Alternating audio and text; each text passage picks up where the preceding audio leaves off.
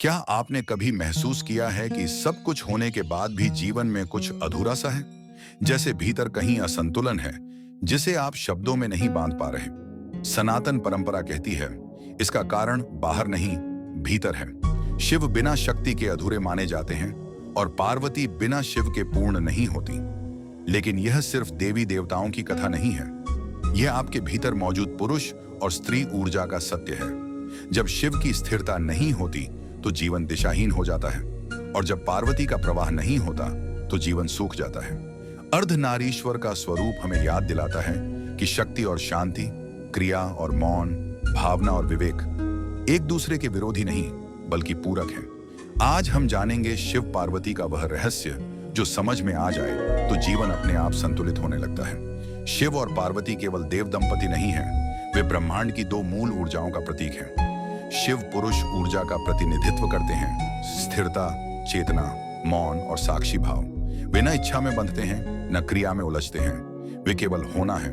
दूसरी ओर पार्वती स्त्री ऊर्जा है, प्रवाह, सृजन, करुणा और गति। जहां शिव आकाश की तरह व्यापक और स्थिर हैं, वहीं पार्वती नदी की तरह प्रवाहित और जीवनदायिनी है। सनातन दर्शन कहता है कि इन दोनों में से कोई भी अकेला पूर्ण नहीं है। शिव बिना शक्ति जड़ हैं और शक्ति बिना शिव दिशाहीन। यही कारण है कि शिव को अर्धनारीश्वर के रूप में दर्शाया गया, यह बताने के लिए कि अस्तित्व का सत्य द्वैत नहीं, संतुलन है।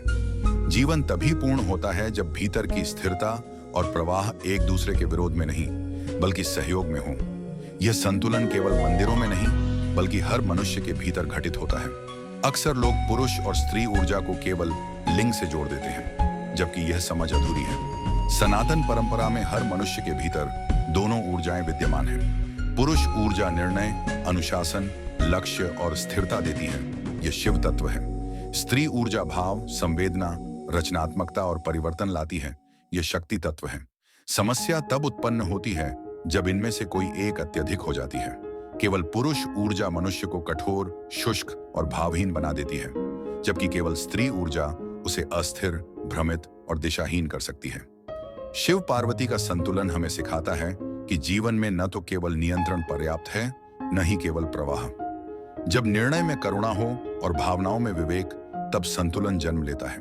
यही संतुलन आंतरिक शांति, स्वस्थ संबंध और स्पष्ट जीवन दृष्टि का आधार बनता है। शिव और पार्वती की कथा वास्तव में बाहर के देवी देवताओं की नहीं, बल्कि हमारे भीतर चल रहे द्वंद्व और समन्वय की कथा है। अर्धनारीश्वर शिव पार्वती के संतुलन का सबसे गूढ़ प्रतीक है, जहां आधा शरीर शिव है और आधा पार्वती।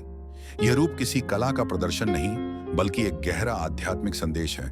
इसका अर्थ है कि पूर्णता तब आती है जब पुरुष और स्त्री ऊर्जा अलग अलग नहीं बल्कि एक साथ विद्यमान हो। अर्धनारीश्वर हमें यह सिखाता है कि शक्ति और शांति, क्रिया और मौन, तर्क और करुणा सब एक दूसरे के विरोधी नहीं है। आधुनिक जीवन में यह संदेश और भी प्रासंगिक हो जाता है, जहां लोग या तो अत्यधिक कठोर हो जाते हैं या अत्यधिक भावुक। अर्धनारीश्वर का दर्शन कहता है कि संतुलन कोई समझौता नहीं बल्कि सर्वोच्च अवस्था है। जब मनुष्य अपने भीतर के शिव को भी स्वीकार करता है और पार्वती को भी, तब वह न अधूरा रहता है न विभाजित। यही संतुलन उसे भीतर से मजबूत और बाहर से सौम्य बनाता है। आज के समय में शिव पार्वती का संतुलन केवल आध्यात्मिक विचार नहीं बल्कि जीवन जीने की आवश्यकता बन चुका है। तेज गति, प्रतिस्पर्धा और अपेक्षाओं से भरे इस युग में लोग या तो केवल लक्ष्य केंद्रित हो जाते हैं या भावनाओं में उलझ जाते हैं। शिव हमें सिखाते हैं ठहरना, साक्षी बनना और अनावश्यक प्रतिक्रियाओं से मुक्त होना। पार्वती सिखाती है प्रेम, स्वीकार्यता और जीवन के प्रवाह के साथ चलना।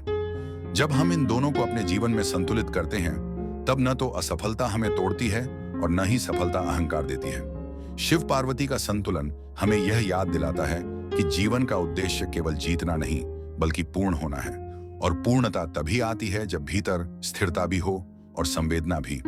यही सनातन संतुलन है, यही शिव शक्ति का सत्य। शिव पार्वती का यह संतुलन कोई कथा नहीं, यह जीवन जीने की कला है। जब भीतर शिव की स्थिरता होती है और पार्वती का प्रवाह साथ चलता है, तब न संघर्ष भारी लगता है न शांति खोती है। याद रखिए, जीवन में असंतुलन बाहर से नहीं आता, वह भीतर की किसी ऊर्जा के अनसुने हो जाने से पैदा होता है।